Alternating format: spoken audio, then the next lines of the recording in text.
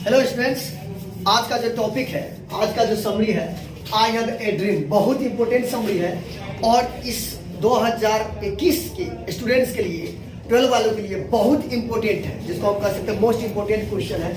और इस बार आना है तो आना है और बहुत सटीक ढंग से हम इसको बताने की कोशिश किए हैं, ध्यान देंगे और निश्चित रूप से आपके एग्जाम में आएंगे। चलिए तो यहाँ देखते हैं और मेरी कोशिश है कि ये समरी के साथ साथ आपके ऑब्जेक्टिव को भी हम इसमें मैंने बता दें ताकि आपका ऑब्जेक्टिव में भी इससे फायदा होगा। तो चलिए हम देखते हैं। आज का जो टॉपिक है I have a dream. I have a dream, आपको बता दूं आई हैव ए ड्रीम एक स्पीच है जो मार्टिन लूथर किंग द्वारा लिखा गया स्पीच है। ध्यान दीजिएगा, मार्टिन लूथर किंग इस स्पीच को 1963 में दिए हैं। ऑब्जेक्टिव में आएगा Martin Luther king I have a dream जो स्पीच है जो दिए थे कब, तो 1963 ईस्वी। तो चलिए हम यहाँ देखते हैं समरी को। I have a dream is an important speech of Martin Luther king junior का मतलब junior. I have a dream जो है एक बहुत महत्वपूर्ण भाषण है मार्टिन लूथर किंग जूनियर का। चलिए देखेंगे। Here he wants to see, इस भाषण में यहाँ वह देखना चाहते हैं, इस भाषण के दौरान उन्होंने बताना चाहे थे और बताते हैं। Here he wants to see his country free from racial distinction between the white and the black। America में दो प्रकार के दो जाति के लोग रहते हैं, काले और गोरे। काले लोग को ब्लैक यानी कि ब्लैक या निग्रो के नाम से भी जाना जाता है। तो यहाँ उनका सपना था, मार्टिन लूथर किंग का एक सपना था कि एक ऐसा दिन आएगा जहाँ काले लोग यानी कि निग्रो लोग और गोरे लोग के बीच में किसी प्रकार का कोई भेदभाव या अंतर नहीं रहेगा।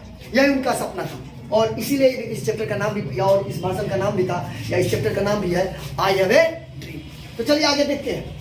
थ्रू हिज स्पीच, अपने भाषण के माध्यम से, अपने भाषण के द्वारा, थ्रू हिज स्पीच, अपने भाषण के द्वारा, king raises his voice, Martin Luther king अपनी आवाज उठाते हैं।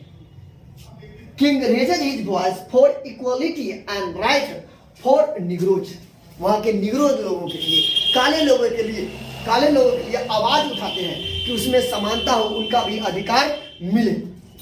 इन अमेरिका, ये बात कहाँ की हो रही है? अमेरिका की बात हो रही है। आइए देखिए, ही रिमाइंड्स देम, वो याद दिलाते हैं काले लोग को, निग्रो लोगों को याद दिलाते हैं। He reminds them that slavery in America has been abolished, America में गुलामी कब समाप्त हो गया।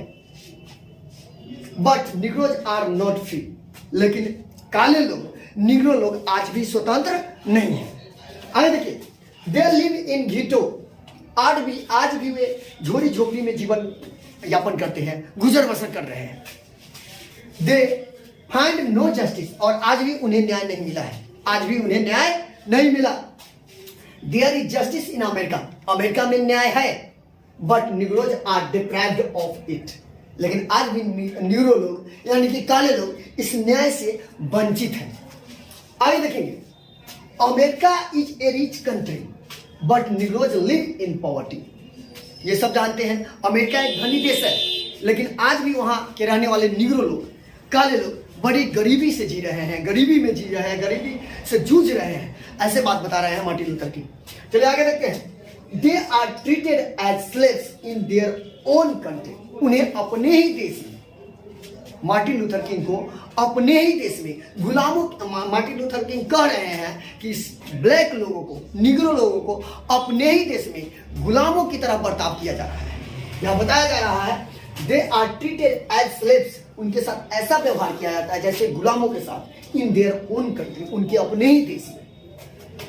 Social and economic justice are their right, सामाजिक और आर्थिक न्याय उनका अधिकार है, काले लोगों का अधिकार है। He advises them, Martin Luther King negro लोगों को सलाह देते हैं, सुझाव देते हैं to keep their fight non violence and discipline, कि अपने अधिकार के लिए, अपने राइट के लिए लड़ते रहना है, लेकिन कैसे? अहिंसात्मक पूर्वक और पूरे अनुशासित ढंग से। He asked his people, अपने लोगों को वह कहते हैं, मार्टिन लूथर किंग अपने लोगों से कहते हैं, he asked his people to maintain good conduct and remain free from hatred and envy, कि अपने व्यवहार को अच्छा बनाए रखना है और दुश्मनी से, नफरत से दूर रहना है, किसी से दुश्मनी मोल नहीं लेना है अपने संघर्ष के दौरान, अपने लड़ाई के दौरान किसी से दुश्मनी या नफरत मोल नहीं लेना। किंग जूनियर, किंग जेआर का मतलब जूनियर होता है, मार्टिन लूथर किंग जूनियर की बात कर रहे हैं। King junior is sure, king junior को यह आश्वासन था, उनको ऐसा विश्वास था, वो समझते थे। King junior is sure that in spite of difficulties, in spite एक साथ है,